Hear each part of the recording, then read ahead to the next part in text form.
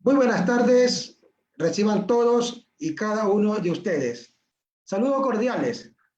Agradecemos a las distintas personas que están conectados por las diferentes plataformas y redes sociales. Muchas gracias por estar conectados. Esta es nuestra cuarta sección y estaremos dialogando sobre un tema actual y de interés para la ciudadanía. Ahora que estamos en un tiempo difícil, un tiempo de pandemia. El tema del día de hoy está titulado Salud comunitaria y familias en el marco de la pandemia. El día de hoy nos acompañan tres invitadas especiales, muy conocedoras sobre el tema que vamos a tener el día de hoy que dialogar. Bienvenidas.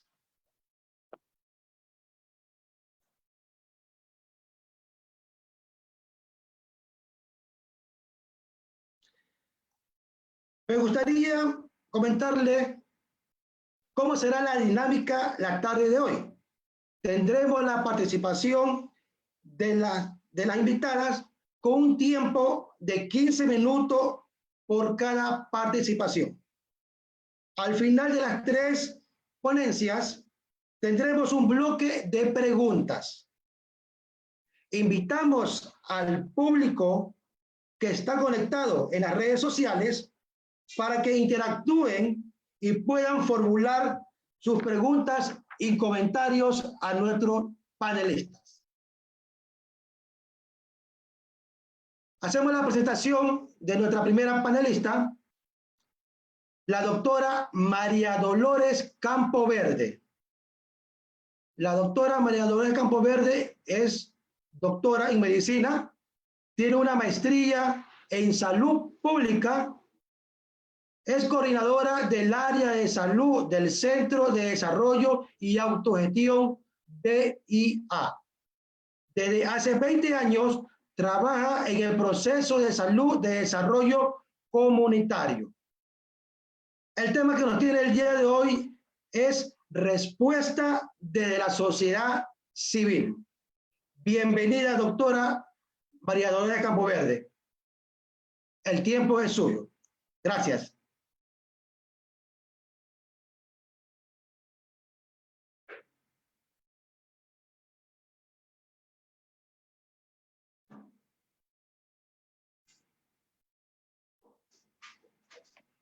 Verónica Larrea, que ya nos conocemos desde hace algunos años trabajamos en coordinación con el Distrito de Salud.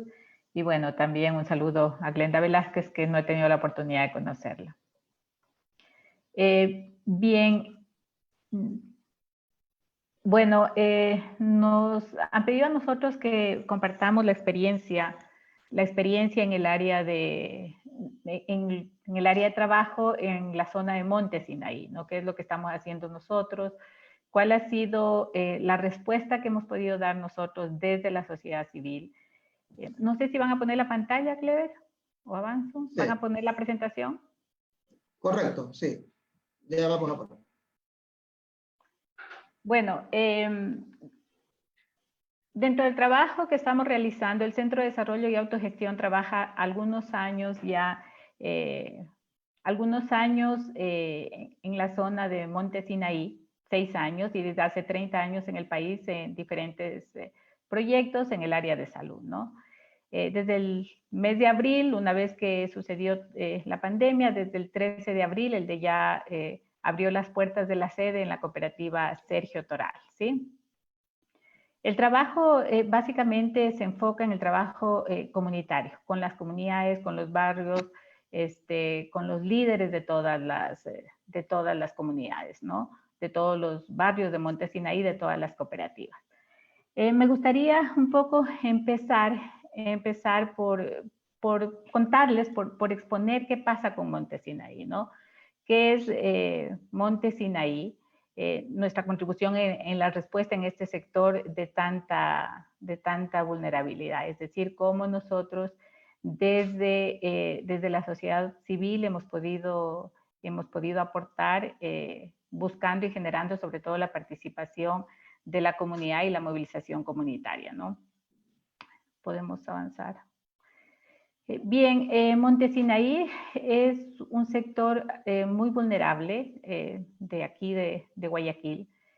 En general, los datos, se estima que hay 133.000 habitantes, una zona de 800 hectáreas, 60 cooperativas. Toda esta zona está producto de invasiones.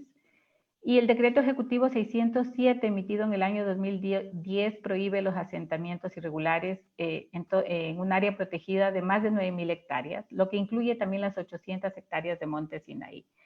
Esto hace que en esta zona de Monte Sinaí se bloquea todo lo que es el desarrollo urbanístico, al ser considerada una zona ilegal, y eso marca lo que es ahora, esta zona que no ha podido desarrollarse, esta zona de invasiones, una zona donde se ha invertido poco o nada en lo que es el desarrollo sanitario, el alcantarillado, etcétera, ¿no?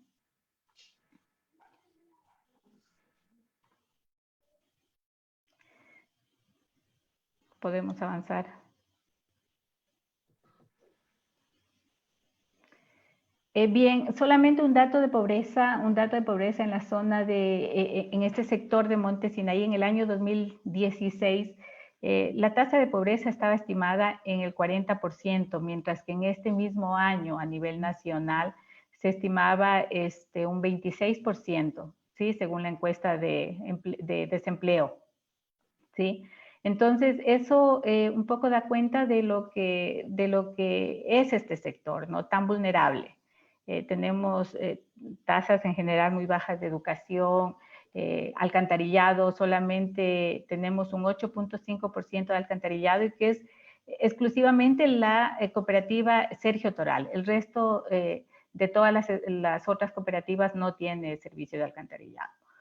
Según el Midubi, esta es una zona del país de las más vulnerables en cuanto a vivienda. Aproximadamente 60% de la población en esta zona no tiene una vivienda adecuada, ¿no? Quería un poco aquí posicionar el tema de lo que es esta zona, ¿no? Esta es una zona de exclusión, y nosotros vemos cómo la pandemia ha podido develar a esta población. La pobreza ha evidenciado todo lo que significa el estar en una situación muy precaria, donde realmente con poco acceso a servicios de salud, sobre todo en el momento donde mayormente golpeó la pandemia, que fue al inicio, ¿no? Marzo, abril. Los más pobres en esta zona, lamentablemente, son olvidados, mueren sin que nadie proteste, sin que nadie pregunte, sin que nadie cuestione, ¿sí? El estar aquí, el estar en esta población, yo creo que es absolutamente central, sobre todo para las organizaciones de la sociedad civil.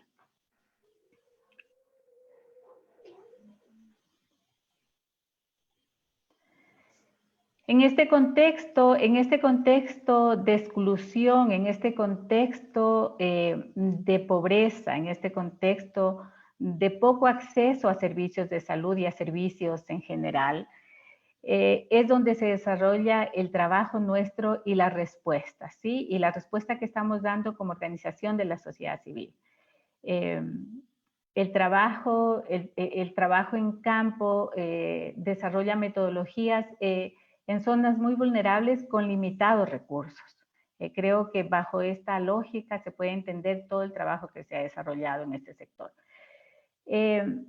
Lo podemos dividir en tres ejes, ¿sí? Primero, uno que es la constitución de la red de vigilancia comunitaria en salud y apoyo mutuo Acción Monte Sinaí, que busca el empoderamiento de la comunidad, el empoderamiento de los líderes, es decir, cómo canalizamos esta energía, esta potencialidad de los gestores comunitarios que están dentro de la comunidad y que definitivamente han emergido y han buscado solidarizarse entre vecinos, entre familias. Es simplemente estar nosotros con ellos y decir, bueno, vamos a organizarnos, vamos a fortalecer el trabajo y vamos a mirar cómo fortalecemos este empoderamiento comunitario. La red de vigilancia comunitaria en salud es nos parece que en esta época de pandemia es un eje central de todo el trabajo. El otro eje es la respuesta a la emergencia COVID-19, ¿sí? Con un abordaje familiar y comunitario a los probables casos sospechosos de COVID, con una adecuada referencia, un adecuado acompañamiento, un adecuado tratamiento y seguimiento desde las mismas familias, con el aporte de la comunidad en el seguimiento y con un enfoque definitivamente familiar y comunitario. Este eje, pues, de la atención se acompaña de un proceso de educación y de promoción de la salud también. Y el otro componente es el apoyo psicosocial a niños y familias afectados durante la pandemia en diferentes dimensiones. ¿Sí? Son desde estas tres miradas o desde estos tres componentes se ha desarrollado el trabajo.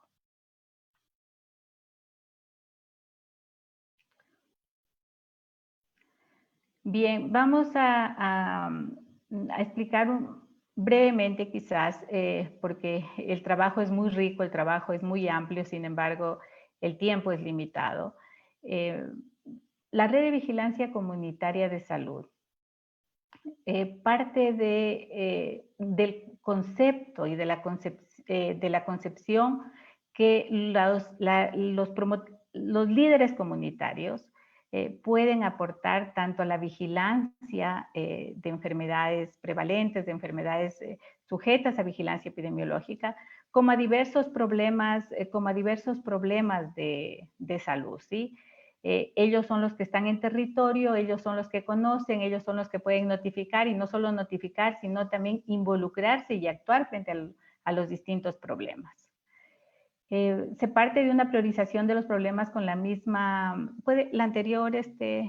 Mervin, se parte de una priorización de los problemas en los diferentes barrios o en las diferentes cooperativas de Monte Sinaí, con un análisis de los nudos críticos que está influyendo, cuáles son los factores que influyen en la transmisión de COVID-19, todo lo que es el mapeo de las zonas de mayor grado de vulnerabilidad, que esto es muy difícil porque realmente toda la zona de Monte Sinaí es muy vulnerable.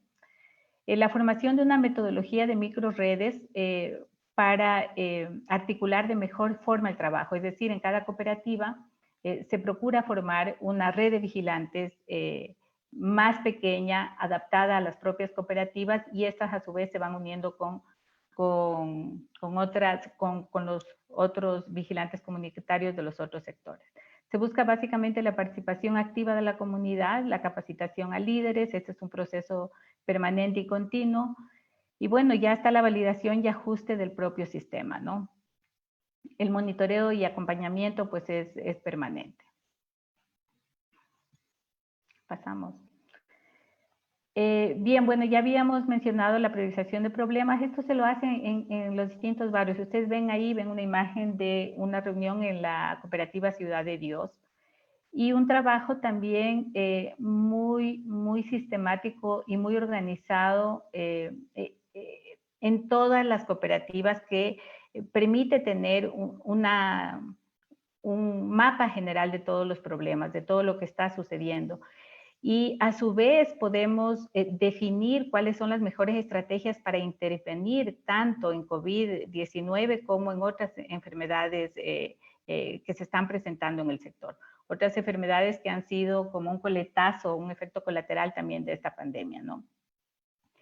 El mapeo de las zonas de mayor grado de vulnerabilidad es un aspecto central porque esto permite efectivamente poder intervenir y priorizar los recursos en las zonas donde se están presentando mayores problemas. Tenemos un mapeo de dónde están los mayores casos de sospechosos de COVID, pero también de otros problemas generales que se están presentando en las comunidades, ¿no? En este mapa que ustedes pueden ver tenemos la mapificación de los líderes comunitarios en esta red comunitaria, es decir, los líderes están conectados por un lado entre sus propias redes en las mismas cooperativas, pero también conectados entre sí a través de reuniones, a través de distintos eventos de capacitación que tenemos, ¿no? Los líderes comunitarios y los gestores comunitarios en el momento actual actualmente están participando todavía, digo yo, muy motivados y con la asistencia técnica permanente del DEIA y de las otras, sobre todo en el campo en cuanto a la organización de la sociedad civil por parte de DEIA. Pero poco a poco está ya involucrado y está participando también el Ministerio de Salud Pública a través de la unidad de Monte Sinaí, y estamos poco a poco incorporando también a la unidad de Ciudad Victoria. Entonces queremos que estos líderes que están en todo distribuidos en diferentes cooperativas,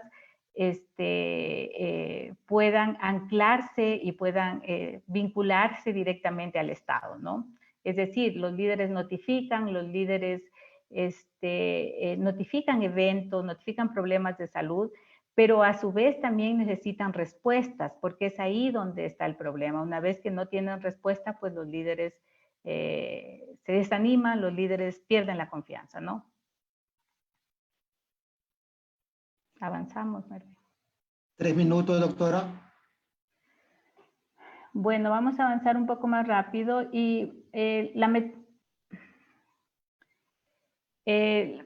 cuanto a la participación activa de las familias y de las comunidades en el primer nivel de atención, un poco todo lo que hemos venido diciendo, ¿no? Se busca que los líderes participen en el tiempo, ¿no? No solamente durante el momento de un momento donde existen recursos por un proyecto, sino que puedan quedarse vinculados, ojalá en lo posible, a los servicios de salud del Estado en el tiempo, ¿no?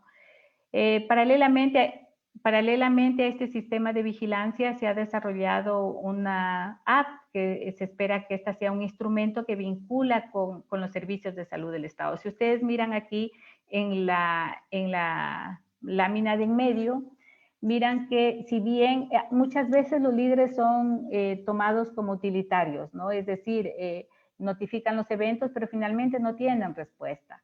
Se busca que quede evidencia de la participación de los gestores comunitarios, de los líderes, y que definitivamente quede registrado cuando el profesional ha atendido a los problemas de salud que han sido COVID, COVID-19 y otros que han sido reportados por los líderes comunitarios. Entonces, aquí en esta app va a tener acceso también el servicio de salud para poder incorporar y para poder incluir toda la información de cómo se ha resuelto el problema que se había reportado, ¿no? Bueno, un poco todo lo que ya hemos dicho, cuál es el rol de los líderes comunitarios, básicamente es pues promover las redes de solidaridad, que eso ya está, solamente hay que activarlo. Los líderes tienen un rol muy fuerte en promover el cuidado de los más vulnerables, ¿no? Promueven acciones comunitarias, notifican, apoyan en el abordaje de contactos en cuanto a COVID, contribuyen en definitiva a proteger la vida de la comunidad. Creo que eso es lo más importante. Y en cuanto a COVID-19 específicamente, son un eje central para todo lo que implica disminuir la transmisión, porque ellos son quienes están en campo, ellos son los que conocen los casos, a ellos acuden en primera instancia y ellos son los que notifican. Simplemente falta como este canal directo con el Estado y también tener una respuesta desde el Estado, ¿no? El otro, unido a este trabajo comunitario, el otro eje ya es la atención misma familiar a las personas afectadas por COVID. Una atención familiar, ¿podemos pasar un poco, Merwin?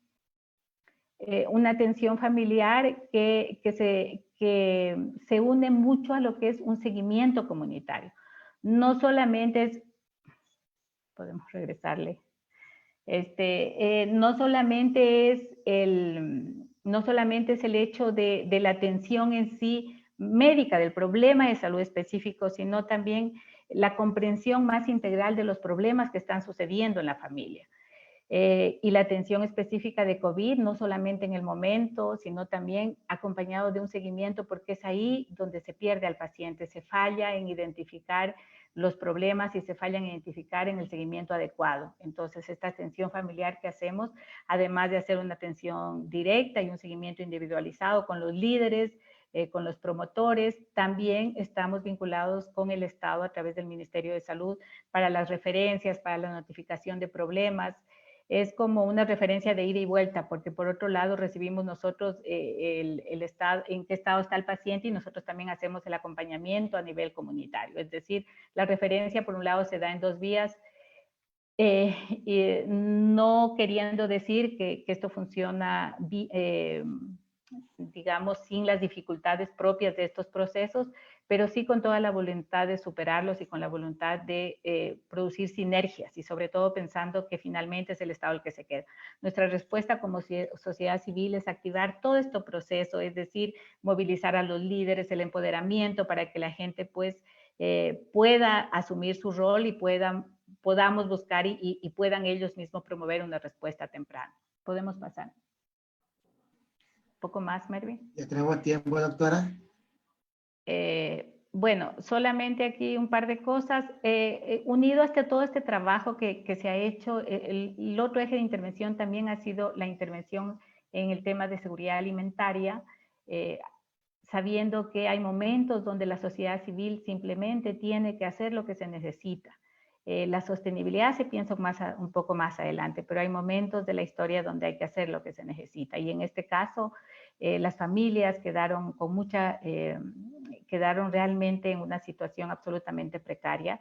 Entonces, ha movilizado muchos canales de apoyo para poder apoyar con kits de alimentación, pero que están sujetos a una evaluación. Quiero decir esto, que no son kits sueltos, sino son evaluaciones de familias en pobreza y extrema pobreza, donde cada 15 días tienen su kit y se espera que en 2 meses puedan ya ellos anclarse o recuperar su empleo. Es decir, es un poco darle un poco de aliento hasta que pueda pues involucrarse en otro, pueda tener un ingreso, ¿no? Y ya solamente quizás al final, bueno, un poco de los retos, lo que hemos venido diciendo. Quiero decir solamente aquí en los retos, que el reto que se viene es cómo intervenir con este enfoque de salud pública, cómo retomar como el valor de la atención primaria de salud, ¿sí? Cómo poder retomar realmente lo que implica este trabajo a nivel comunitario. Definitivamente el acceso a pruebas PCR es un reto y va a seguir siendo un reto, y esto es la vía que nos va a permitir poder frenar la transmisión de COVID. El aislamiento y seguimiento de los contactos, creo que esto hay que hacerlo de manera más consistente, el tratamiento temprano, estrategias educativas. Y el rol, definitivamente, nosotros insistimos mucho que el rol comunitario debe ser apoyado, debe ser recuperado y fortalecido, ¿no? Y bueno, yo creo que pues simplemente esto es lo que les queríamos compartir un poco en este tiempo limitado, la experiencia que nosotros estamos llevando. Bueno, la hoja de ruta, creo que es lo que hemos conversado, ¿no? Muchas gracias, doctora María Dolores. Interesante de ver que las organizaciones de la sociedad civil están dentro de los sectores más vulnerables de la ciudad de Guayaquil. En este caso, la parte del noroeste de Guayaquil, ¿no? Que es el Monte Sinaí, ¿sí? Es bueno ver cómo trabajan con los líderes comunitarios, que son la base, para poder fomentar nuevos liderazgos y que puedan tener nuevas propuestas de intervención, ¿no? Son las bases que conocen la situación como están viviendo, ¿no? Y son ellos que tienen que gestionar y que tienen que buscar la manera de cómo que las autoridades puedan oír, ¿no? Oír su pedido. Muy bueno, excelente. ¿Sí? Gracias, doctora, por los comentarios. Sí, sí, muy amable. Gracias. Recordamos a todos que estamos conectados en las redes sociales para que puedan interactuar, y que puedan formular sus preguntas y comentarios. ¿Sí? Invitamos a todos para que puedan interactuar en las redes sociales y que puedan formular sus preguntas y comentarios a nuestros panelistas. ¿Sí? Un tema actual, un tema que es necesario dialogarlo, conversarlo con los actores claves que están trabajando dentro de las comunidades, ¿no? Excelente. Como segunda panelista, tenemos a la doctora Verónica Larrea Vélez. Muy buenas tardes, doctora Verónica. Ella es médico general, tiene un masterado en infecciones por el virus de la inmunodeficiencia humana, es consejera de la lactancia materna. Gracias, doctora, por estar con nosotros. Gracias por compartir sus conocimientos con nuestras comunidades. ¿Sí? El tema que la doctora va a tratar el día de hoy se titula Servicio de Salud en la Comunidad, autocuidados ante el COVID. Un tema sumamente interesante en estos tiempos de pandemia, ¿no? Necesitamos conocer, necesitamos saber cuáles son los autocuidados que tenemos que tener para que no pase nada dentro de nuestro núcleo familiar. ¿Sí? Doctora, muchas gracias por estar con nosotros. El espacio es suyo. Gracias. Muchísimas gracias por la invitación, muchísimas gracias por la intervención de la doctora Campoverde, excelente trabajadora en la comunidad. Hemos trabajado ya 5 años juntas, con Clever también muchísimo tiempo trabajando. Misión Alianza es una entidad muy importante a nivel del noroeste de la ciudad de Guayaquil, y creo que en este tiempo de pandemia, todas las personas que de una u otra forma habitamos en el sector, decimos habitamos en el sector porque cuando trabajamos en un sector, nosotros decimos que somos parte ya de esa comunidad, y como parte de esa comunidad queremos aportar nuestro granito de arena el día de hoy en esta presentación que denominamos salud comunitaria en tiempo de pandemia, ¿no? Entonces, si me ayudan con las diapositivas para que no nos coja mucho el tiempo. Me gustaría empezar a hablar algo muy importante, ¿no? O sea, antes de hablar del COVID-19, tenemos que identificar y reconocer ¿cómo se dicen? Ciertos términos que se utilizan, ¿verdad? En este caso, tenemos que diferenciar mucho qué es una epidemia. Muy bien, ahí quedémonos. Una epidemia, una endemia y una pandemia. Entonces, cuando hablamos de epidemia, es una enfermedad que afecta a un número de individuos, ¿verdad? Superior al que se había estado esperado en la comunidad y que ocurre durante un tiempo determinado. Pero cuando esta epidemia se transforma en pandemia es cuando ya hay una propagación mundial de una nueva enfermedad, y la endemia es cuando por ciertas condiciones, ya sean de la parte comunitaria, como lo había hablado anteriormente, determinantes en salud, ¿verdad? Podríamos hablar también del clima, ¿verdad? Esta enfermedad que vino como una epidemia ya se convierte en una endemia. Quiere decir, hay una presencia constante de una enfermedad en un área geográfica delimitada. Y bueno, el Ecuador, al ser parte de la Organización Mundial de la Salud, ¿verdad?, decretó el Acuerdo Ministerial 0126 con fecha del 11 de marzo del 2020, en donde se declaró el estado de emergencia sanitaria, ¿verdad?, por el COVID-19, ¿verdad? Esto es muy importante saber desde cuándo estamos en emergencia sanitaria y cuándo se inició, cuándo llegó la pandemia aquí al territorio ecuatoriano. Siguiente, por favor. Y bueno, al conocer ya este tipo de nomenclatura, lo que hablamos anteriormente, es importante saber que no es un virus nuevo, ¿verdad? En sí ya han habido más brotes de estos síndromes respiratorios por coronavirus. Hubo uno en el año 2002, presente también de origen china, que determinó el SARS, que también lo conocimos y escuchamos mucho de él. Y también hubo otro brote en el 2012 en Arabia Saudita, lo que se conoció con el MERS. Y actualmente estamos ante la presencia del COVID-19, ¿verdad? Que es un virus, un coronavirus del género beta coronavirus, ¿verdad?, que ocasionó una infección respiratoria por el nuevo coronavirus identificado en el año 2019, cuyo origen fue China, Wuhan, y que también ya fue declarado por la OMS como una pandemia. Eso es muy, muy importante también reconocer. Siguiente, por favor. Entonces, bueno, al saber qué es, ¿verdad?, es un virus respiratorio que se transmite de persona a persona, ¿ok?, en donde necesitamos estar con una persona que tenga la presencia del virus para podernos infectar en este caso, y que en un periodo de incubación de 5 a 7 días en promedio en el Ecuador, pero que también se han registrado promedio de periodo de incubación. Hablamos del periodo de incubación desde el momento en que yo me expongo al virus, ¿verdad?, y empiezan los primeros síntomas. Eso es muy importante. No sé, Clever, si me ayudas con la cámara, porque no sé si me están entendiendo, si me están viendo. Sí, doctora, sigue nomás, sí, estamos Sí, atentos pero, a la información. ok, pero sí tenemos retorno del video, porque yo no me veo. O sí estamos con el video bien. Sí, sí. Ya, ok. Doctor. Entonces, el periodo de incubación es en el momento en que yo tengo la exposición al virus y aparece el primero de los síntomas. Ese es el periodo de incubación, ¿verdad? Oscila entre 5 a 7 días, se ha reportado aquí en el Ecuador entre 5 a 7 días, pero también hemos tenido casos en donde se puede haber un periodo de incubación hasta 14 días, pero en el Ecuador es de 5 a 7 días desde que usted estuvo en contacto con la infección. Entonces, al conocer cuál es el virus, cuál es el microorganismo, vamos a ver cuáles son las sintomatologías, ahí quedémonos, la sintomatología que presenta. Es muy importante conocer que es un síndrome respiratorio agudo, ¿verdad? Que en el 80% de los casos va a presentar una sintomatología leve y común, que es fiebre no tan alta, cansancio, tos seca, dolor de garganta.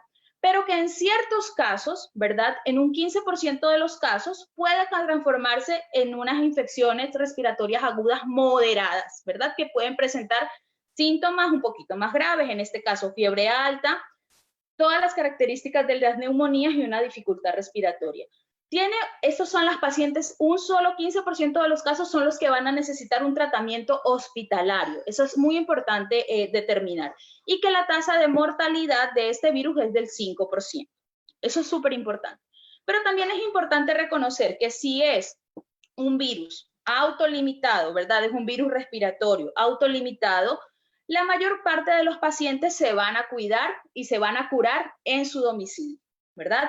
Y ahí es donde entra la parte de la acción comunitaria en salud. Si yo tengo un paciente que tenga fiebre, cansancio, tos, dificultad para respirar leve, soy sospechoso de que tengo o no el coronavirus, ¿verdad? Es muy importante lo que hablaba anteriormente la doctora Campoverde del autoaislamiento, o sea, yo me aíslo en un lugar donde ya lo vamos a hablar más adelante, cómo cuidar al enfermo si en caso tal tiene coronavirus, ¿no? Y también estar atento a todos los síntomas graves que puede presentar esta enfermedad, que son una fiebre muy alta, ¿verdad?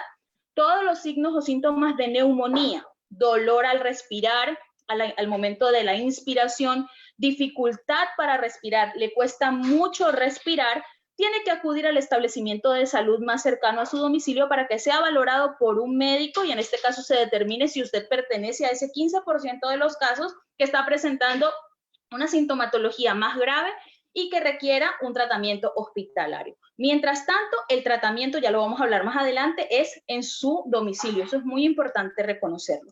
También hemos visto que en ciertos pacientes hay una afectación en casos más graves, ¿verdad?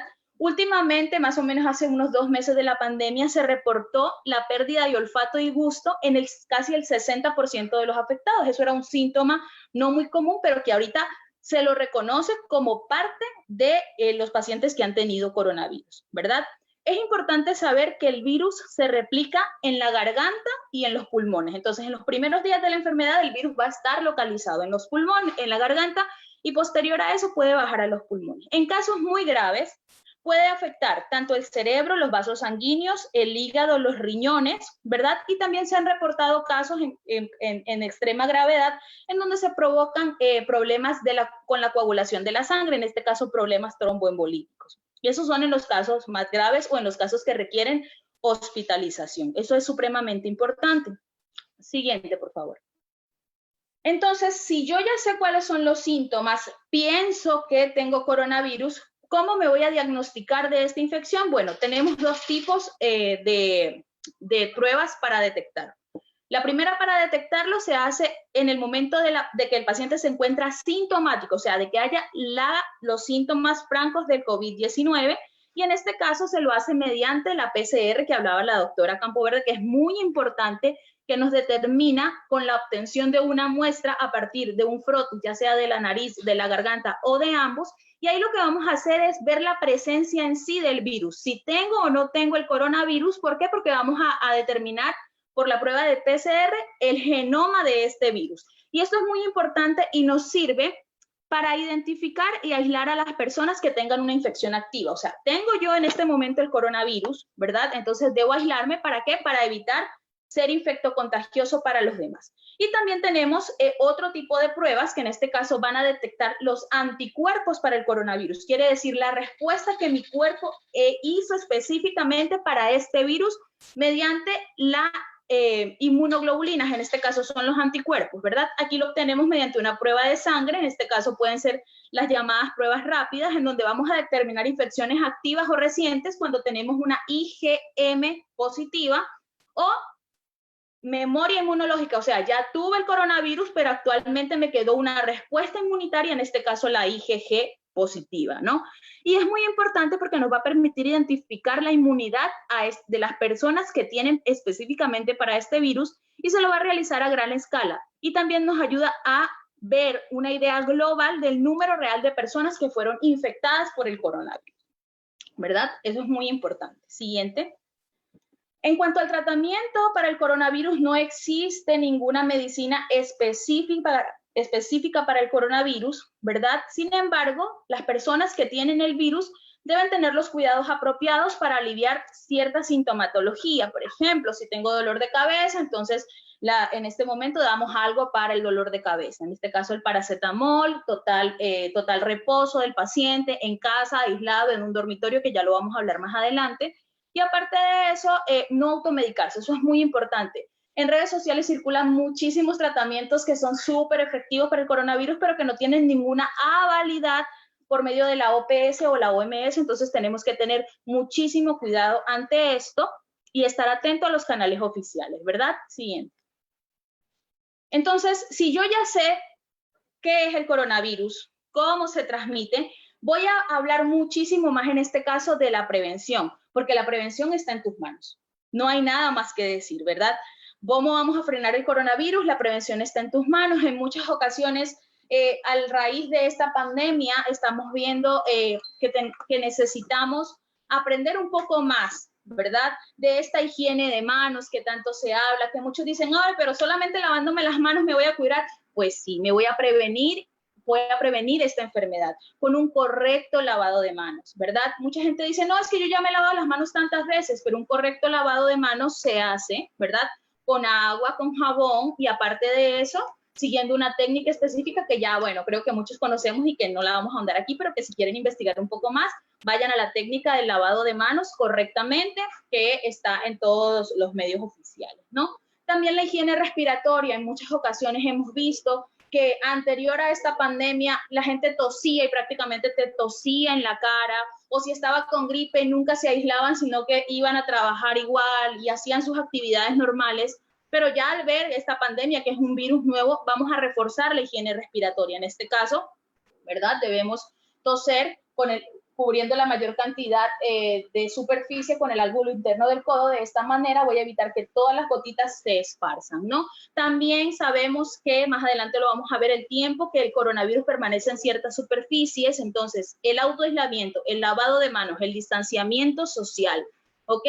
Y el autocuidado son muy importantes para la prevención de este virus. Siguiente. Y no solo de este virus, sino de muchísimos otros virus transmitidos por vía respiratoria o enfermedades gastrointestinales. Entonces, vamos a hablar que todas estos mecanismos de prevención nos van a ayudar no solamente para el coronavirus, sino para muchas otras cosas, ¿no? Entonces, en el momento en que arranca esta pandemia, ¿cuánto? 3 minutos. Ok, vamos a tener una nueva normalidad para este coronavirus. Siguiente. ¿Verdad? Aquí vemos la duración en las superficies, cuánto tiempo dura el virus vivo y que puede ser infectocontagioso cuando usted toca algún tipo de material. Siguiente. Ahora bien, la nueva normalidad para el coronavirus también se enfoca mucho en los establecimientos de salud. Entonces, estos establecimientos de salud ya han venido adoptando ciertas mecanismos que los van a ayudar a prevenir tanto la infección del usuario interno, que son los médicos, enfermeras o el personal de salud que trabaja, también como del usuario externo. En este caso, todos los centros de salud del primer nivel, centros de salud, puestos de salud, consultorios de salud, deben implementar los triajes respiratorios. Quiere decir, todo paciente que venga con una sintomatología franca respiratoria debe ser aislado en una sala de espera individual, que tenga puesta la mascarilla, que tenga a su disposición gel alcohol o un lavamanos para lavarse constantemente las manos, ¿verdad?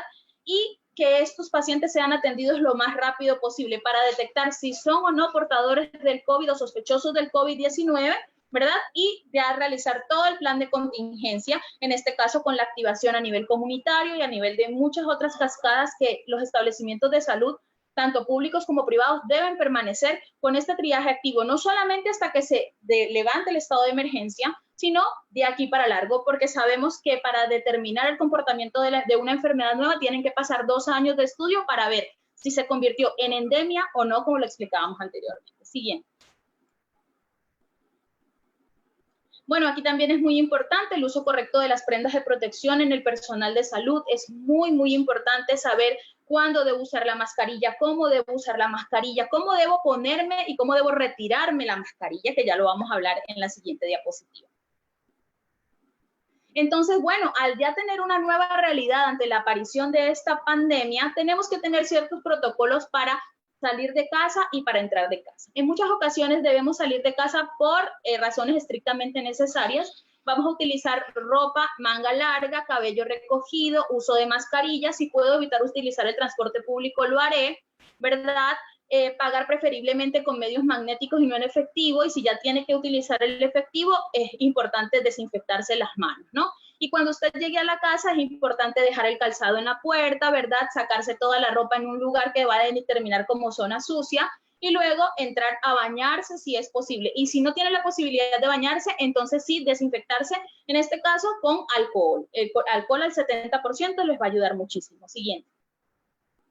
Y bueno, si ya tenemos un paciente con portador del virus, debemos también aprender a cómo tratar a ese paciente en casa, ¿no? Entonces, lo más importante es que nos aseguremos que la persona descanse, tome mucho líquido y tenga una alimentación correcta, ¿verdad? La persona te cuida y la persona enferma tienen que utilizar la mascarilla, estén en la misma habitación con una persona enferma. No debes tocar la mascarilla, ni tu cara, ni tus ojos durante y después de desecharla. También es importante que cuando usted entre a la habitación a atender al paciente con coronavirus, debe lavarse las manos con agua y jabón, y también tiene que tener a disposición gel alcohol o alcohol líquido de 70 grados, ¿no? Tiene que desinfectar todas las superficies de esta persona, ¿no? También tiene que separar los utensilios con el que alimenta a esta persona hasta que pase la enfermedad. ¿Cuánto tiempo tiene que estar la persona aislada? 14 días como mínimo, hasta que se le realicen las pruebas y determinar que ya no es portador del virus y que no es una persona infectocontagiosa, ¿no? Y obviamente estar atentos. Si la persona empeora, deberemos llevarlo al establecimiento de salud más cercano. Creo que con esto hemos terminado con el corte, y es muy importante saber que la OMS aseguró que los próximos meses el mundo vivirá una nueva normalidad por el COVID-19. O sea, ya tiene que hacérsenos un hábito. El uso de la mascarilla, el correcto lavado de manos, el distanciamiento social, ¿verdad? Y evitar tocarnos los ojos, la nariz y la boca mientras estemos en contacto con algún tipo de superficie. Eso es muy importante. Muchas gracias, doctora. Gracias por la información. Una información sumamente valiosa, muy pertinente en estos tiempos, ¿sí? Algo que quiero recalcar que escuché, lo que ustedes me indicaban, ¿no? ¿Cuáles son las medidas de precaución? Algo muy importante que tenemos que asumir como propio de ahora para adelante, ¿no? Conocer cuáles son los síntomas del COVID, cuáles son los síntomas leves y cuáles son los síntomas graves de la enfermedad. ¿Ya? Eso pues, podría garantizar una ayuda oportuna y pronta a las personas, ¿no? Para que puedan acudir a los centros de salud, ¿sí? Estar atentos siempre a los canales de información, algo sumamente esencial, ¿no? No estar, coger noticias donde no son fuentes que son confirmadas, ¿no? Siempre tenemos un organismo de control, en este caso que es el Ministerio de la Salud Pública, que rige la salud en nuestro Ecuador. Tenemos la OPS, la OMS, que son organismos a nivel internacionales que dan las directrices a nivel mundial, ¿no? Y la medida de lavado de manos, ¿no? Ahora las manos, va a ser un hábito lavarse las manos en cualquier instancia, ¿no? Ya, yo la estoy viendo a la doctora que está con su gel también, ya eso ya va a quedar en nosotros como algo que queda en el chip, ¿no? Dice la doctora, hay que quedar en el chip esas nuevas costumbres que tenemos que asumir, ¿no? ¿Sí? Y la higiene respiratoria, que a veces las comunidades no tomamos en cuenta este tipo de situaciones, ¿no? Pero ahora sí la tenemos que tomar en cuenta. Sabemos que tener una higiene sumamente adecuada en la parte respiratoria, las gripes, no ser la persona que está repartiendo tal vez virus, ¿no? Sin saberlo, ¿no? Hay que tener las medidas de precaución. El tiempo es sumamente corto, el tema es muy amplio para poder dialogar, ¿sí? Qué pena, a veces tengo que cortar porque el tiempo es sumamente corto, pero muchas gracias, doctora Verónica, muchas gracias por la información, es muy valiosa que nos ha dado para todos nosotros, ¿no? Nuestra tercera persona que va a intervenir es una doctora, la doctora Glenda Velázquez Serra, ¿sí? La doctora Glenda Velázquez Serra es PhD en ciencia, en mención de entomología médica, es magíster en entomología en salud pública, especialista en gestión de salud pública de epidemiología, docente investigadora de la Facultad de Ciencias Médicas de la carrera de Medicina de la Universidad de Guayaquil, docente de posgrado de la Facultad de la Salud de la Universidad de Carabobo, Venezuela, gestor de investigación de la carrera de Medicina Universidad de Guayaquil, directora del Grupo de Intervención de Enfermedades Tropicales Desatendidas del Ecuador, y está dedicada al estudio de los determinantes sociales de la salud en factores que inciden en la prevalencia de infecciones de patologías tropicales desatinadas en el Ecuador. ¿Sí? Un amplio currículo. Doctora, muchas gracias por estar acá con nosotros. ¿Sí? El tema que la doctora va a tomar se llama abordaje comunitario desde la academia en el tiempo de pandemia, contexto Ecuador. Hemos visualizado la postura de las ONG, hemos puesto la postura de la parte médica, médico tratante en los sectores, y ahora nos toca de la parte de la academia, donde la doctora Glenda nos dará su punto de vista profesional. Doctora Glenda, su espacio es suyo. Muchas gracias. Buenas tardes. Muy gracias por la invitación a las profesoras, a las doctoras que me antecedieron. Muchísimas gracias. Han estado unas conferencias, aunque por el corto espacio de tiempo, pero muy concretas, de verdad muy buenas. En el caso que me concierne, como docente investigador de la Facultad de Ciencias Médicas, en la carrera de Medicina de la Universidad de Guayaquil, voy a poner en el contexto lo que hacemos en la academia a través del enfoque de participación comunitaria. Al respecto, quisiera que me pudiese apoyar con la primera diapositiva, o si no me permite que yo comparta. ¿Puede colocarme la primera diapositiva? ¿Me escucha? Sí, doctora, ya le van a hacer gracias, la proyección. Gracias.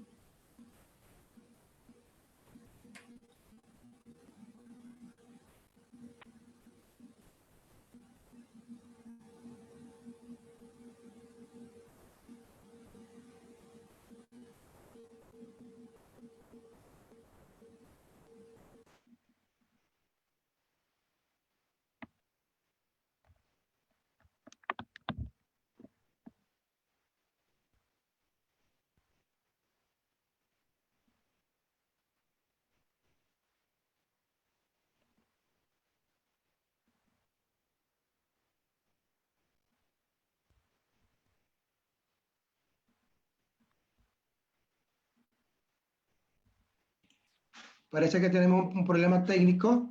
Sí, Al parecer, sí. sí, parece que hay un problema técnico, pero ya estamos gestionando para poder poner la presentación, doctor. No se preocupe, yo espero.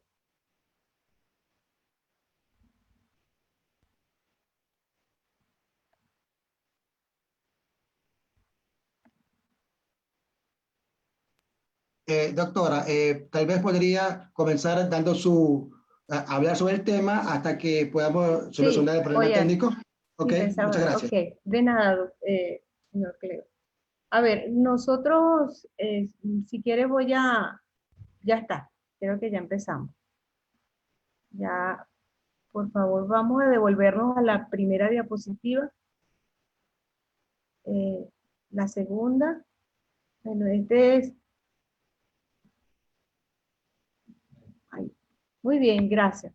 El tema, este es nuestro trabajo que realizo o que realizamos docentes de la carrera de medicina con estudiantes de medicina, por supuesto, cursantes de los semestres séptimo, octavo, noveno y décimo, para realizar el abordaje comunitario e involucrarse con la comunidad desde la base. En este caso es la imagen correspondiente a Mapasingue Este, una barriada localizada al nordeste de Guayaquil, en donde iniciamos trabajo de abordaje justamente el día de la pandemia. Esto es algo que pues fue algo incluso imprevisto para nosotros, pero cumplimos la actividad.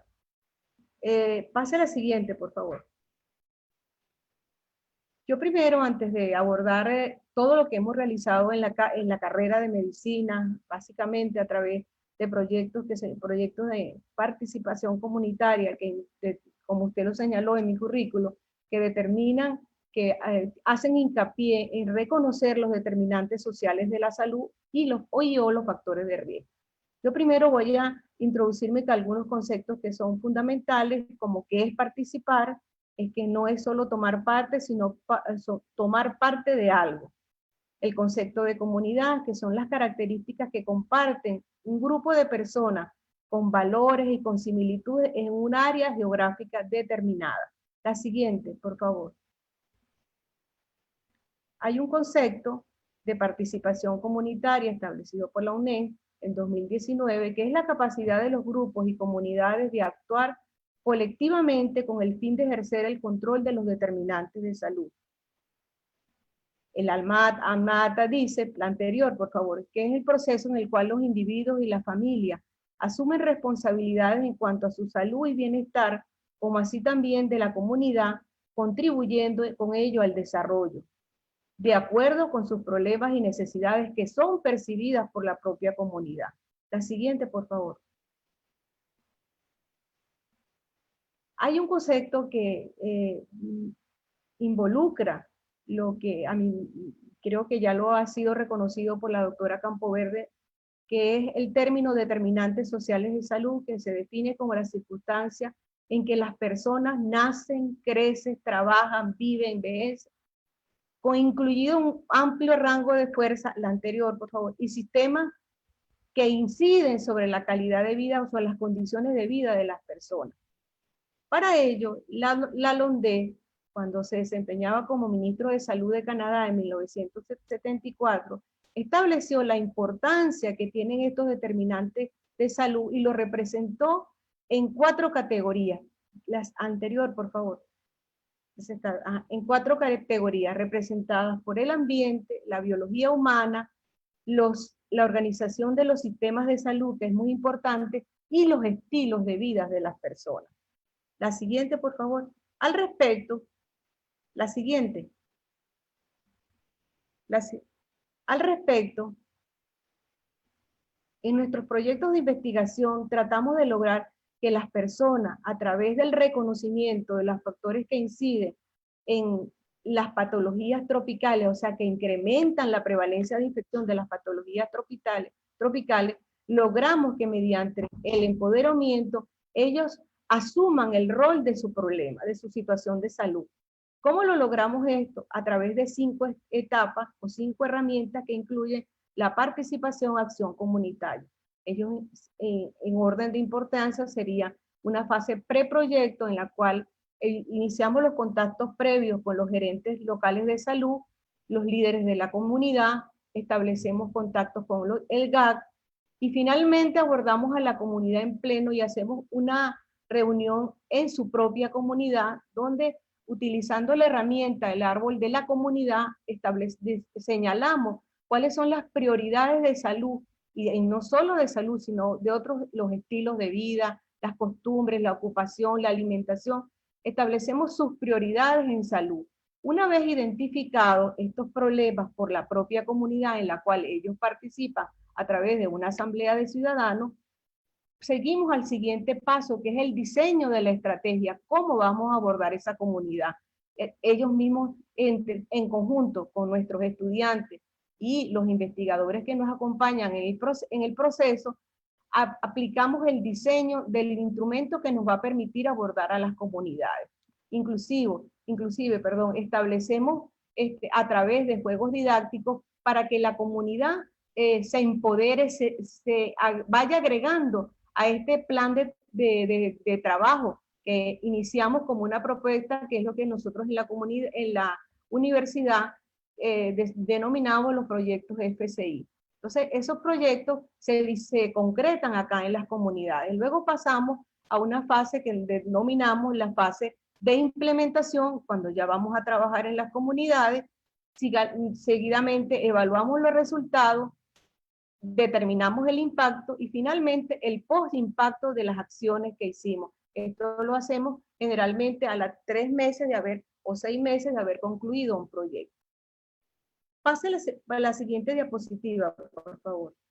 Entonces, este es un poco del trabajo para que vean los estudiantes de medicina de diferentes semestres que acuden con nosotros, en este caso Mapasingue. Esto realizamos el 14 de marzo en la comunidad, para evaluar una situación particular que nos interesa y que está incluido en un proyecto que manejamos con un grupo de investigadores, que se llama Caracterización Epidemiológica y Entomológica de localidades priorizadas con carga de dengue, malaria y chagas en el Ecuador. Y en esa oportunidad también tuvimos, la coincidencia de poder evaluar qué estaba sucediendo, qué es lo que percibíamos en relación al COVID. La siguiente, por favor. Entonces, consideramos nosotros que para que una comunidad forme parte de un proceso necesita de un conocimiento apropiado, que se lo damos a través de nuestras capacitaciones previas, de que ellos pueden tomar decisiones participadas porque están viendo a través de nuestras explicaciones de los alumnos y de los profesores qué es lo que ellos están percibiendo que deben hacer inmediatamente, como por ejemplo en el caso del dengue, tapar los pipotes, en el caso de COVID, el uso de la máscara, por decir un ejemplo. Entonces, son situaciones que de una vez en el terreno las vamos percibiendo.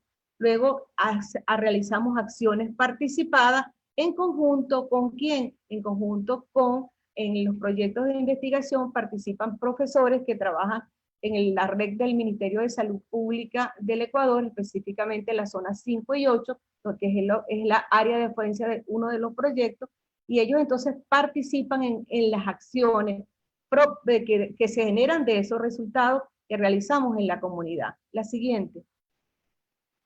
¿Cómo lo estudiamos? Lo estudiamos, por ejemplo, para revisar un contexto, en el caso nuestro, que somos académicos, el contexto a nivel mundial, cómo está, por ejemplo, la situación del COVID, de dónde surgió en Latinoamérica, cuál es su contexto a nivel de el Ecuador y, por supuesto, a nivel de nuestra provincia, como lo es Guaya. Específicamente el caso concreto, Guayaquil, en el estudio de la pandemia. La siguiente, por favor. Entonces, uno del resultado, esto todavía no ha salido a la luz, pero estamos trabajando en ello, en un manuscrito, ¿verdad? Que fue el motivo de la realización de todo este trabajo arduo que hemos realizado, que es evaluar la influencia de los determinantes sociales de la salud en la virulencia del COVID. Establecimos unos objetivos específicos, como por ejemplo las variables ambientales concebidas por la LONDE, los determinantes sociales de la salud, identificar los factores biológicos de la población, los estilos de salud y cómo funcionaron los sistemas de salud ante la pandemia. La siguiente, por favor. Para ello, nosotros establecimos una metodología de trabajo, un tipo de estudio descriptivo, establecimos nuestra población y muestra, que ya las he mencionado, diseñamos unos instrumentos de recolección de la información, y en este caso trabajamos con fuentes bibliográficas. Como ustedes saben, eran muy pocas las que se disponían para ese momento. La siguiente. Como resultados preliminares, porque no los puedo, digamos, divulgar todo, podemos conseguir, o obtuvimos que, por ejemplo, para el cantón Guayaquil, o sea, Guayaquil, que fue nuestra asiento del estudio, el 75% de la población era mestiza, que la mayoría en realidad provenían de la costa, que observamos también que la educación privada comenzó antes de que la fiscal, que había un porcentaje de informalidad en los trabajos, mayor de la que se reflejó el año comparado con el homólogo anterior, es decir, con el 2019. Que la nutrición diaria de las personas pudimos indagar, la mayoría tenía en su composición un alto contenido de grasa, y con ella, como consecuencia, el desarrollo de enfermedades cardíacas, diabetes, obesidad, entre otras. Esto es en relación a los estilos de vida. Cuando evaluamos las variables ambientales, observamos que el promedio de la temperatura para ese momento osciló de 28 a 34 grados, siendo 26 grados centígrados el valor mínimo que fue registrado para el mes de febrero.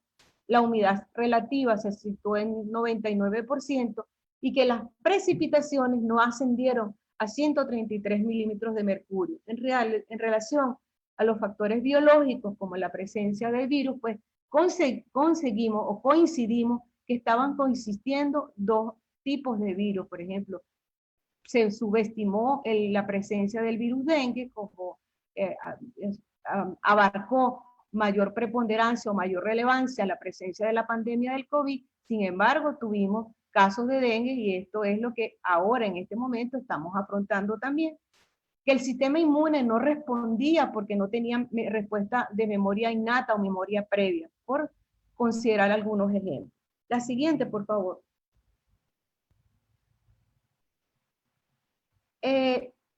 A raíz de la pandemia se realizó una convocatoria suscrita para todas las instituciones o universidades del país, que es lo que se llamó Convocatoria Emergencia COVID 2019. En el caso concreto de nuestro grupo de investigación, que se llama Enfermedades Tropicales Desatendidas del Ecuador, planteamos el siguiente proyecto: con infección dengue SARS-CoV en la provincia de Guayas. Este proyecto pues fue el merecedor ganador de la convocatoria para nuestra facultad, para nuestra carrera, para nuestra facultad, en conjunto con otros también proyectos, pero en el caso concreto de medicina, este resultó favorecedor. ¿Qué plantea este proyecto? La siguiente diapositiva.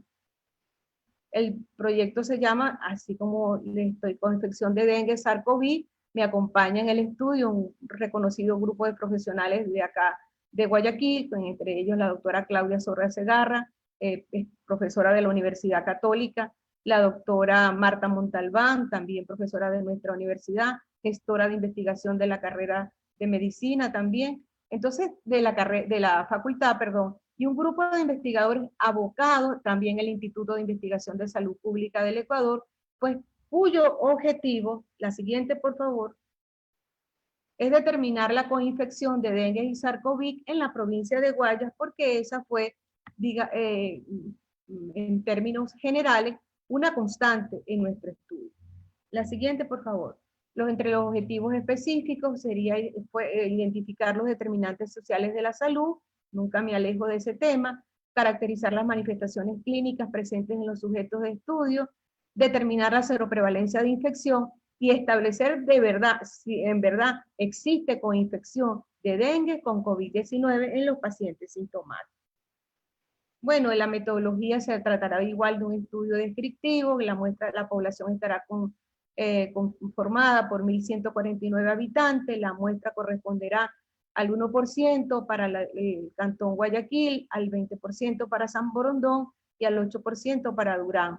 Estarán incluidas, como todo estudio de investigación, tiene unos criterios de inclusión y otros criterios de exclusión, los cuales incluyen en los de inclusión a los pacientes confirmados independientemente de la edad y sexo, el grado de instrucción y la religión, y el lapso de estudio se prevé de julio del 2020 hasta el diciembre del 2021. La siguiente, por favor. Bueno, en este estudio nosotros, previo consentimiento informado y previa aprobación del Comité de Bioética, pensamos realizarles una ficha epidemiológica a los pacientes, muy completa, que incluye una serie de variables y diferentes ítems, que el primero que cubra el primer objetivo, como es la determinación de los, o la identificación, perdón, de los determinantes sociales de la salud. También se le realizará biometría hemática y hepática, la toma del hisopado nasofaringeo a los pacientes que se encuentren con cuadros febriles mayores de 38 grados centígrados. Y la siguiente, por favor.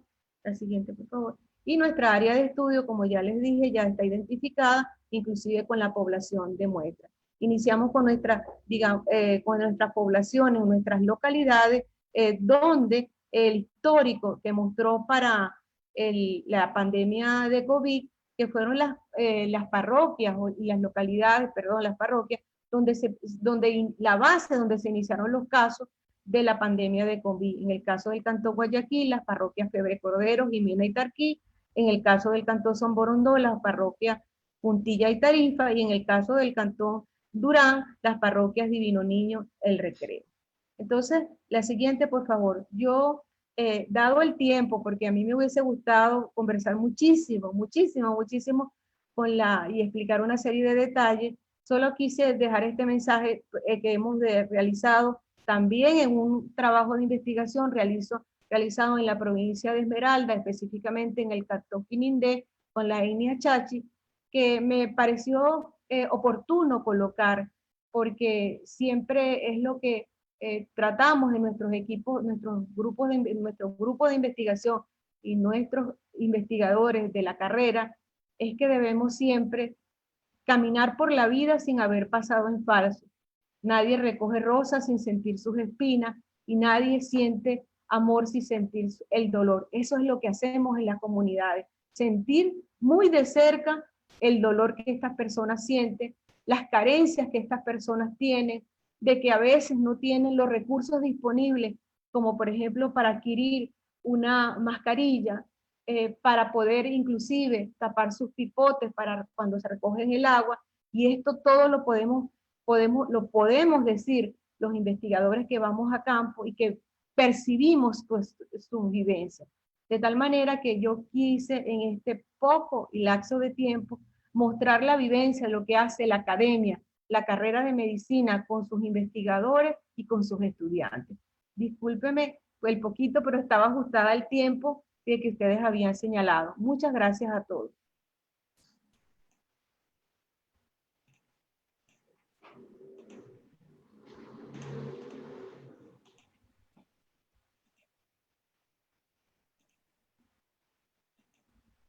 Muchas gracias, doctora Glenda, por la información, una información muy rica en conocimiento. Qué grato es ver que la academia, con sus profesionales que están llegando a las comunidades y están aportando con su conocimiento científico, para poder impulsar el desarrollo de estas comunidades, ¿no? Gracias a la Universidad Estatal, gracias a usted, doctora, por liderar también este equipo, donde son médicos que prácticamente les faltarán poco para que ya sean parte de las comunidades, ¿no? De trabajo también ellos y se puedan acoplar, ¿sí? Le agradecemos a los tres panelistas. Vamos en este momento a iniciar con las rondas de preguntas, ¿sí? Vamos a utilizar, voy a enunciar las preguntas a cada panelista, ¿sí? Y luego de esto van a tener 3 minutos, máximo 4, para poder dar una contestación. ¿sí? Hemos filtrado una gran cantidad de preguntas. Hubieron muchas, hemos filtrado unas cuantas para poder gestionar y poder que ustedes nos expliquen un poquito, ¿no? Bueno, listo. Para la doctora María Dolores Campoverde, ¿no? La pregunta indica que explique un poquito sobre las APP, en qué consiste, cuál es la finalidad y quiénes son los usuarios que la están usando. Esa sería una. La siguiente pregunta, doctora María Dolores, sería, ¿cómo se selecciona y se los preparan y evalúan a los líderes que forman parte de la red de vigilancia comunitaria de salud? ¿Sí? Perfecto. Seguimos. Luego me dará la respuesta, doctora. ¿Sí? Para la doctora Verónica, ¿sí? Tenemos, dice, en los establecimientos de salud ubicados en los sectores vulnerables del noroeste de Guayaquil, ¿cómo se están dando las medidas de protección para la atención a las familias? Una siguiente pregunta. ¿Cómo ayudar a la familia en estos sectores para fortalecer su acción de prevención? Y tenemos una tercera. Desde el MSP, del Ministerio de Salud Pública, ¿qué políticas están aplicando para la prevención y el control del COVID-19 en los sectores más vulnerables? ¿Sí? Le damos el paso a las dos primeras doctoras y a posterior le daré el paso a la doctora Glenda con las preguntas. Por favor.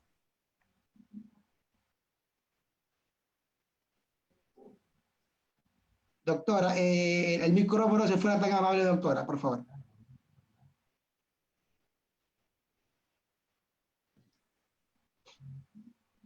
Bueno, en relación a la aplicación respecto de cuáles son, bueno, primero entendamos que la aplicación es simplemente un instrumento, ¿sí? Un instrumento que va a ayudar a una metodología ya implementada, una metodología de trabajo comunitario.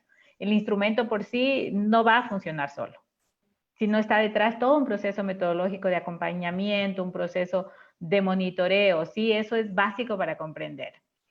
La aplicación, los usuarios, tenemos dos estrategias.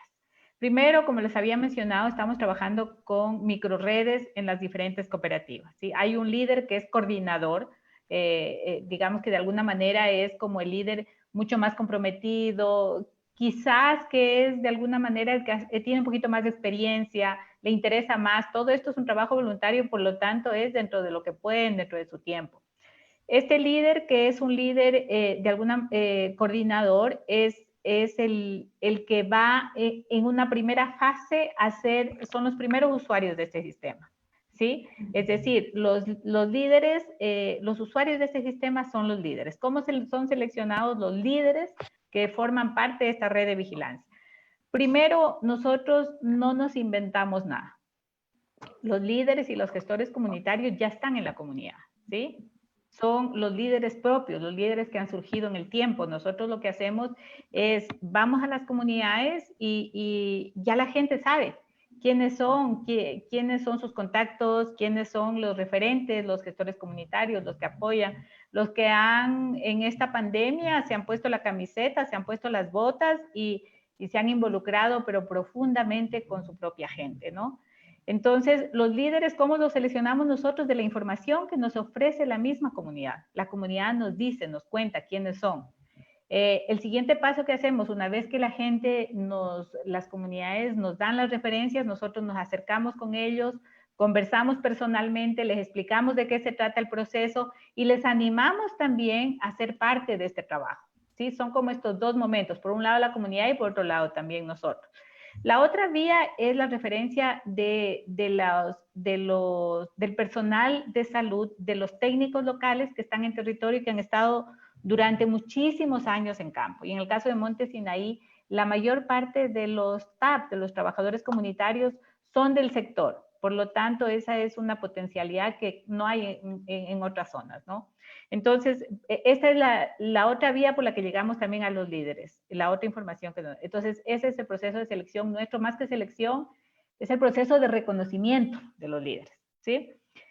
Los usuarios, vamos a ir por fases. El proceso en que está ahora está en un proceso de validación inicial, por lo tanto, vamos a ir por fases. Los líderes comunitarios están en un proceso de capacitación. El proceso de capacitación se va a hacer conjuntamente con los colegas del ministerio porque queremos que sean reconocidos por el Ministerio de Salud Pública. Reconocidos no con diploma, no que son del ministerio, no que son los líderes del ministerio, porque eso anula completamente la participación comunitaria. Reconocidos en el sentido en que se reconozca que los reportes que ellos están haciendo efectivamente tienen que ponerle atención, ¿no? Entonces, entramos en un proceso de capacitación donde ellos van a ser capacitados durante un tiempo y después de eso ellos van a tener una aprobación que parte de nosotros como asistencia técnica y también del ministerio, y estos líderes son los que van a ingresar al sistema. Poco a poco se irá ampliando, ¿sí? Pero la idea es que este sistema tenga un reconocimiento de cuando están reportando un caso de COVID, no es juego, es efectivamente porque la comunidad ha identificado los casos sospechosos. Cuando ha reportado un caso de tuberculosis, efectivamente es un caso muy sospechoso de tuberculosis, ¿sí? Entonces, ellos son los usuarios, son los que van a ingresar en esta aplicación que va a funcionar fuera de línea y en línea. Y el otro usuario, esto es lo novedoso que tiene este sistema, porque como les había dicho, el interés nuestro es ojalá vincular de gran forma al Estado, porque los otros usuarios es el equipo de las unidades de salud, ¿sí? Ellos van a tener un acceso directo a la plataforma y van a recibir directamente la información de los líderes. El sistema va a tener un doble control. Por un lado, un control, es decir, un caso es notificado desde las bases, un caso de COVID es notificado desde las bases hasta la unidad de salud, y este caso entra en un color en rojo hasta que la unidad de salud realmente resuelva. Si la unidad de salud le resuelve, pasa a otro color. Por lo tanto, usted va a ver que va a tener mapas por un lado en rojo de los casos que los líderes han reportado, un color amarillo quizá de los casos que la unidad de salud efectivamente le ha atendido, y un caso en verde donde efectivamente el líder dice, sí, este caso sí se resolvió. Es decir, es un sistema un poco ambicioso en el sentido que es como que se evidencia el trabajo de los líderes, ya no solo para que los líderes remiten o envíen o notifiquen, sino también el líder que participa activamente en el proceso. Eso por un lado, ¿no? Entonces tenemos los usuarios en las dos vías. La base comunitaria, el ministerio, estaremos nosotros también mientras todo el proceso donde esté el proyecto. ¿Cómo se capacita a los líderes? Era la otra pregunta. Se seleccionan los temas de los problemas más prevalentes, por un lado, de los problemas de salud más prevalentes, y se les capacita básicamente en el reconocimiento de los signos de alerta. Muy simple, muy sencillo, cuáles son los reconocimientos de los signos de alerta que ellos tienen que identificar, y con esos ellos pueden remitir, y no solamente, de hecho eso ya lo están haciendo. O sea, actualmente eso es lo que están haciendo y lo hacen por dos vías. Por un lado, es una información un poquito quizás suelta, desarticulada, que notifican de manera directa también a las unidades de salud, pero después no se sabe efectivamente hacer el seguimiento, si dieron respuesta o no. Pero por otro lado, nos notifican a nosotros. Estamos ahora en un proceso de demasiadas notificaciones, una respuesta absolutamente interesante de los líderes. Entonces, queremos que poco a poco esto lo hagan a través del Ministerio de Salud. Entonces, el proceso de capacitación es en función de las enfermedades prevalentes, los signos de alerta, estilos de vida saludable. Nos estamos metiendo sistemáticamente y organizadamente a trabajar sobre estilos de vida saludable porque es lo que va a generar empoderamiento en las familias, ¿no? Y el proceso de autocuidado también que ellos tienen que tener y qué signos deben reconocer tempranamente para actuar también. Porque es el reconocimiento, pero es que el Estado y la sociedad civil actúe frente a ese problema también, ¿sí? Entonces, ese es el proceso de capacitación. Iba a decir que una vez que han sido capacitados, los líderes van a tener un equipo de los líderes, digamos, o los primeros líderes que van a ser autorizados son los que pasan este proceso, porque, como digo, queremos que este sistema sea tomado en cuenta en serio, Por lo tanto, estos líderes van a ser acompañados en un proceso, ¿no? Y pues el Ministerio de Salud Pública y nosotros también vamos a tener que confiar. Yo les decía el otro día en la reunión que teníamos con la unidad de salud, porque preguntaban, bueno, pero ¿y cómo vamos a saber nosotros que efectivamente ellos no nos hagan más o menos como perder el tiempo? Bueno, decimos, pues es un proceso. Y en este proceso hay que acompañar a los líderes, hay que tener en cuenta que son líderes comunitarios. Y los médicos se equivocan y nos equivocamos varias veces, entonces, pues eso es, ¿no? ¿Sí? Sí. Muchas gracias, doctora, por su respuesta. Sí, muchas gracias. Le damos el paso a la doctora Verónica, ¿sí? Y luego le plantearé las preguntas a la doctora Glenda. Gracias. Muchas gracias por las preguntas. Bueno, vimos la pregunta del señor Javier Gutiérrez, en donde me preguntaba sobre los establecimientos de salud que estaban ubicados en el sector del noroeste de la ciudad de Guayaquil. ¿Cómo se han dado estas medidas de protección en atención para ayudar a las familias?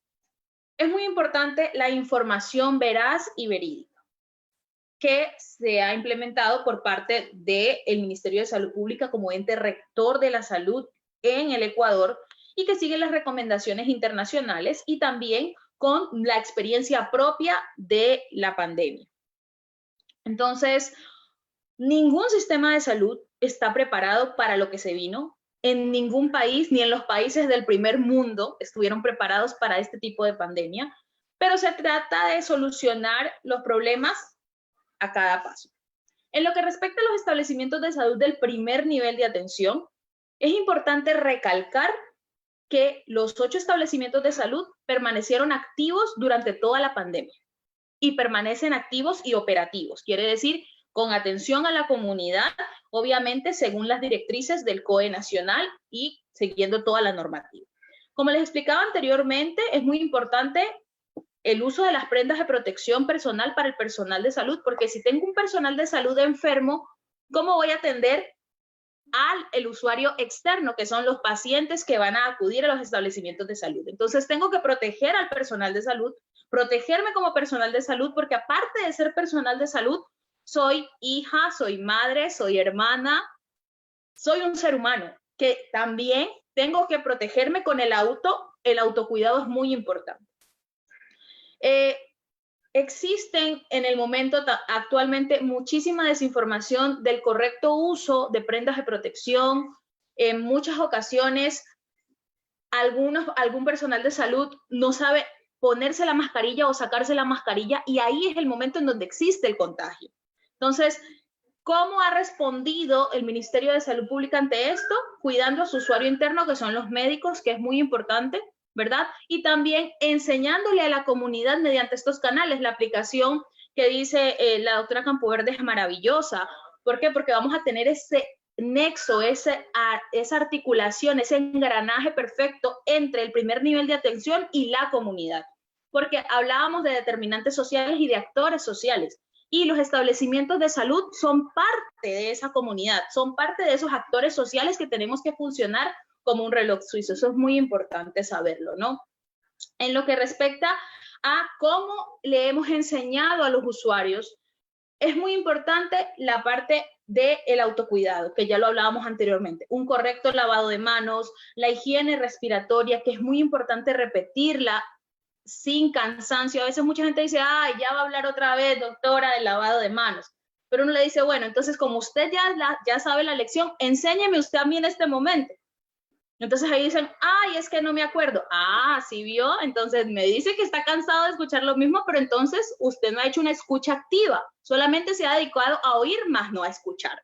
Entonces es muy importante eso de que determinemos que el profesional de la salud tiene esa empatía con la comunidad de transmitir este tipo de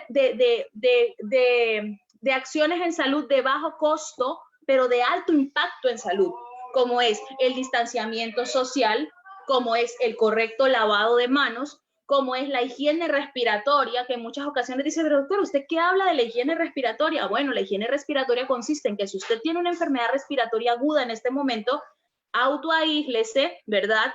no salga de su domicilio si no es estrictamente necesario, utilice la mascarilla porque usted en este momento se encuentra enfermo, y si tiene la necesidad inminente de toser o estornudar, lo haga de una manera correcta, ¿verdad? En el momento de cubrir la mayor cantidad de superficie con el ángulo interno del codo, de esta manera evito que muchas partículas se diseminen, y posterior a toser o estornudar, ¿qué debo hacer?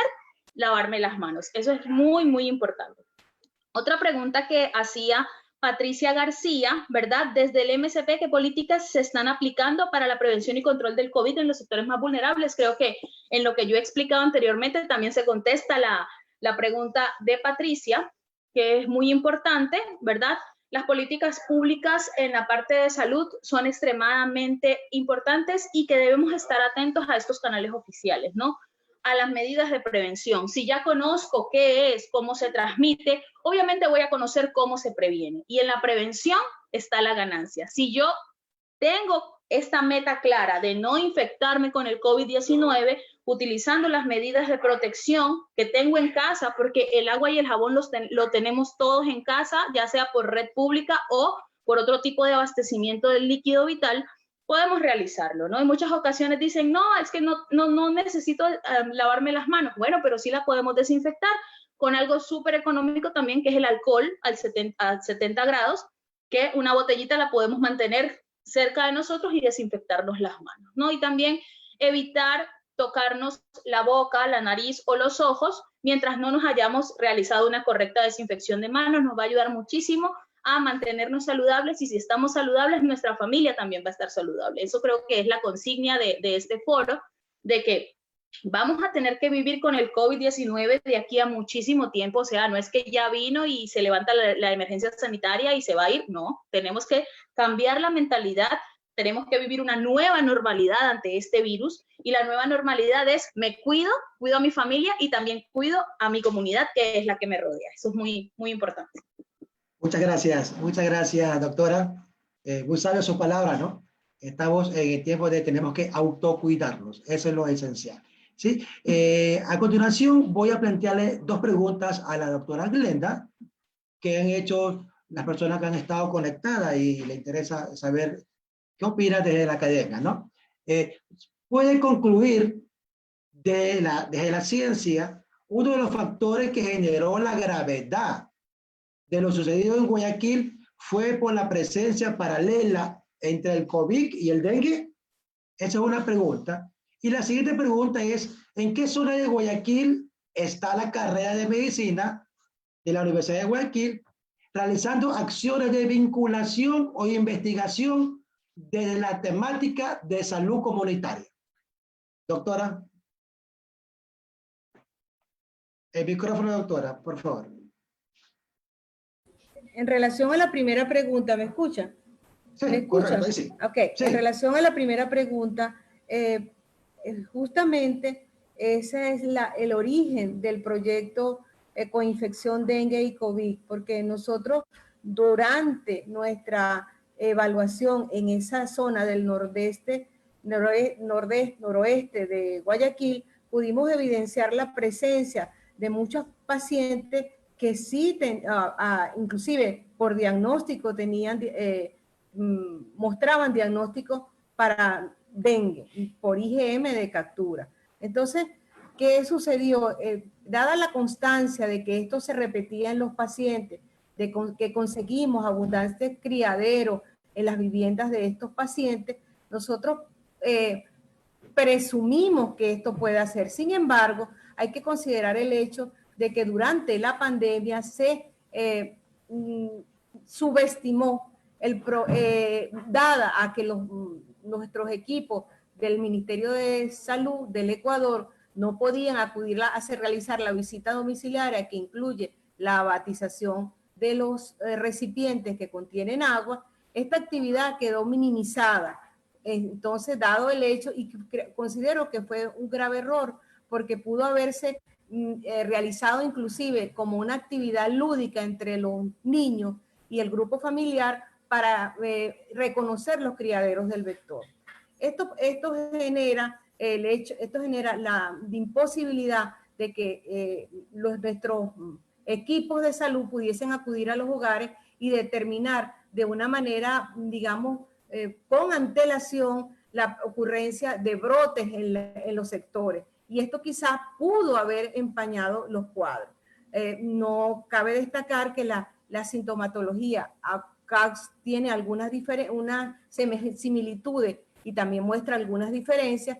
No podemos pasar por alto que durante esta época, generalmente el número de casos estimados para dengue debió ser mayor si se compara con el año homólogo anterior, o sea, el 2019.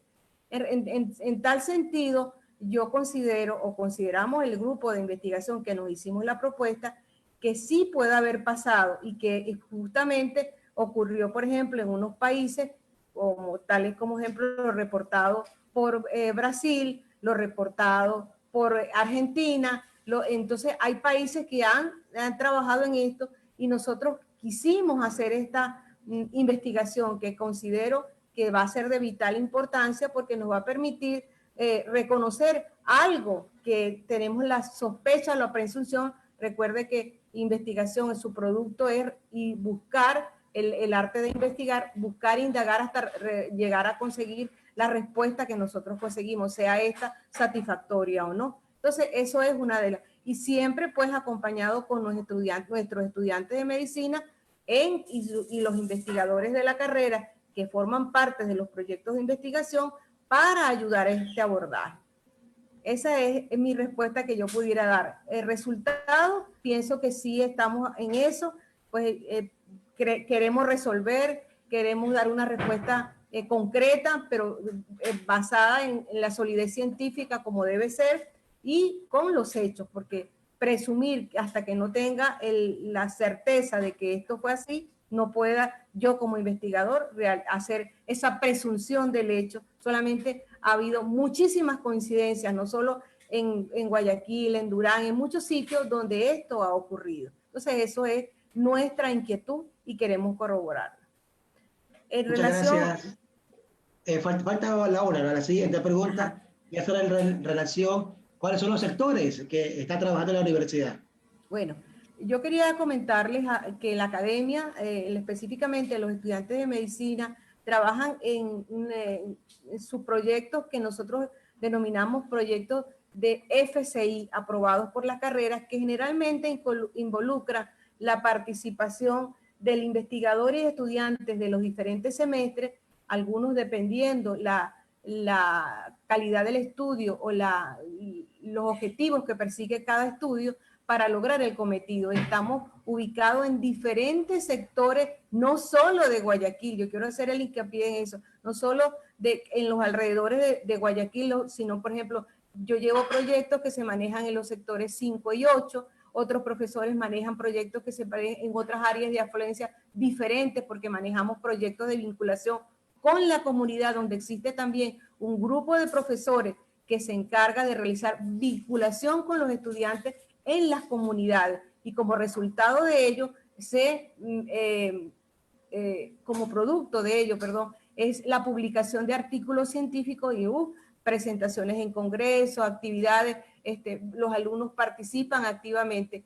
Se ha logrado a través de la academia que los alumnos participen inclusive en eventos internacionales, hagan publicaciones científicas en revistas de alto impacto, como me ha sucedido a mí, por ejemplo, con mis alumnos, igual a otros profesores de otras carreras de la facultad. Entonces, de tal manera que el estudiante ha venido incorporándose progresivamente, pero sí tratamos, en la medida de lo posible, que el alumno se incorpore a las comunidades. Por ejemplo, en el caso concreto, yo manejo los determinantes sociales de la salud, o sea, los factores de riesgo que inciden en la prevalencia de infección de patologías tropicales. Las más importantes, una de ellas es la malaria, el dengue, la citicercosis, la lepra, donde ellos siempre están identificando los factores de riesgo. Otro aspecto bastante importante también en la prevención y control, en el diagnóstico y en el tratamiento. Esas son las esferas o las áreas de abordaje que nosotros realizamos, siempre con instrumentos estructurados que nos permiten el abordaje y el reconocimiento, por una parte, de los determinantes y por otras cosas, los factores que inciden en esa prevalencia de infección. De igual forma, yo quiero, para que la audiencia y también las colegas profesoras doctoras que nos acompañan, que se ha incorporado a través de la capacitación continua en nuestras materias que usualmente ven los estudiantes, donde ellos, digamos, por obligatoriedad, deben cumplir esa estadía en la comunidad, y aquellos proyectos que ya involucran una participación más activa, que se involucra el alumno en la comunidad, con la enfermera, con el estudiante, donde recibe capacitaciones previas para cómo abordar esa comunidad, identificar cada uno sus situaciones, inclusive para lograr la atracción de niños, niñas, adolescentes, mujeres embarazadas, para que apoyen al proyecto. Entonces, ganamos nosotros a través, inclusive haciendo, como comenté anteriormente, actividades lúdicas en la comunidad que permite que el cometido o el objetivo se cumpla. Inclusive tenemos ya unidades de vigilancia comunitaria, por ejemplo, para dengue. Entonces, esto es importante porque permite que la comunidad se empodere de un problema que no es del Ministerio de Salud, no es de la doctora ni los doctores, es de la propia comunidad, que debe ayudar a resolver a través del conocimiento de cómo él reconoce sus factores que inciden para que esa prevalencia de infección no se incremente, y por supuesto ese dato, ese valor incrementa las cifras riesgo país. Entonces eso es importante que lo manejen, que se manejen los estudiantes, y desde ya hay muchos profesores, docentes, investigadores involucrados en las actividades de investigación con las comunidades. Guayaquil está trabajando, Monte Sinaí, estamos trabajando inclusive en la provincia de Bolívar, estamos trabajando en Esmeraldas, o sea, estamos trabajando en provincias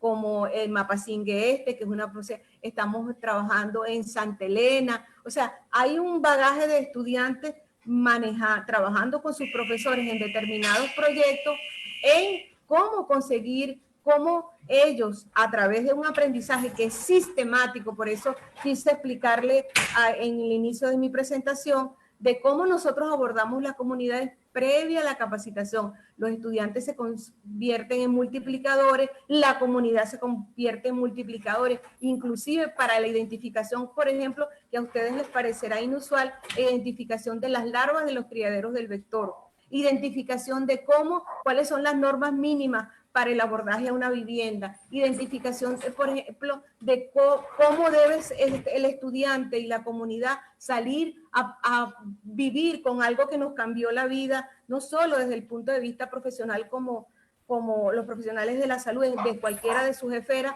sino también a cómo reconocer que este es un problema que ya nos ha cambiado el panorama mundial. O sea, debemos entonces, ya antes nos cuidábamos a nuestros pacientes, ahora debemos cuidarnos también nosotros como garantes de la salud. Entonces son aristas que ellos también ya manejan. Y para mí, a mi juicio, a mi criterio, como investigador, como docente de la universidad, yo considero que se ha avanzado muchísimo en este sentido. Ellos desean ir a las comunidades, están ansiosos de ir a las comunidades y reconocer el problema que está sucediendo desde ya en sus comunidades. A mí me parece, nosotros a través de la Cátedra de Medicina Tropical, que es una cátedra que yo manejo como docente, igual con un conjunto de profesores que me acompañan, hacemos este hincapié de que el alumno desde el sexto semestre de la carrera de medicina ya comience a identificar, a palpar a las comunidades, que es un problema suyo también, que debe aprender a reconocer, porque cuando vaya a la rural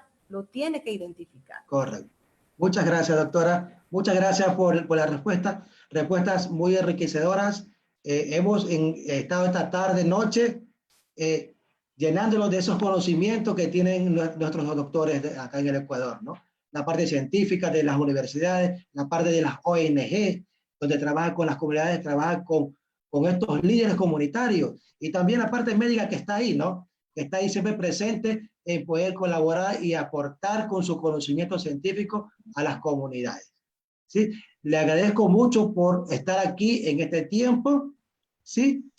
Y invitarles que para el próximo jueves tenemos un nuevo enlace que vamos a hablar sobre un tema que también es de actualidad y que está pegando mucho en estos tiempos, que es la prevención de violencia, ¿no? vamos también a tocar ese punto que es sumamente importante. Hemos visualizado dentro de las comunidades que trabajamos, visualizamos esta situación, ¿no? Y pensamos que deberíamos de tener este espacio para poder darle la información a las comunidades. Se me han quedado muchas preguntas, pero yo le voy a hacer llegar las preguntas a la parte médica, a los doctores, para poder que ellos me puedan dar la respuesta y poderlo luego compartir a las personas que han alzado su pregunta por medio de las redes sociales, ¿no? ¿Sí? Hemos tratado de canalizar, tomar pocas preguntas porque el tiempo es corto, ¿no? Y este tema da para mucho más. Este tema da para poder hablar toda la noche porque es un tema de actualidad, un tema sumamente importante que las comunidades necesitan saber y necesitan tener la información de primera mano. Y más vale que ustedes como profesionales de la salud le puedan aportar el conocimiento a este grupo tan vulnerable que estamos trabajando, ¿no? Sí, por mi parte, muchas gracias a doctoras, muchas gracias por su participación. Por parte de Misión Alianza también le agradecemos que se hayan conectado a esta ronda de charla que estamos dando, ¿sí? Y los invitamos, no recuerden, los invitamos para el próximo jueves, donde vamos a tocar un tema sumamente fuerte, prevención de violencias. Muchas gracias por todo. Muchas gracias. Tengan buenas noches. Muchas gracias. Un gusto. Encantada, Chao, doctora, gracias. encantada. Chao.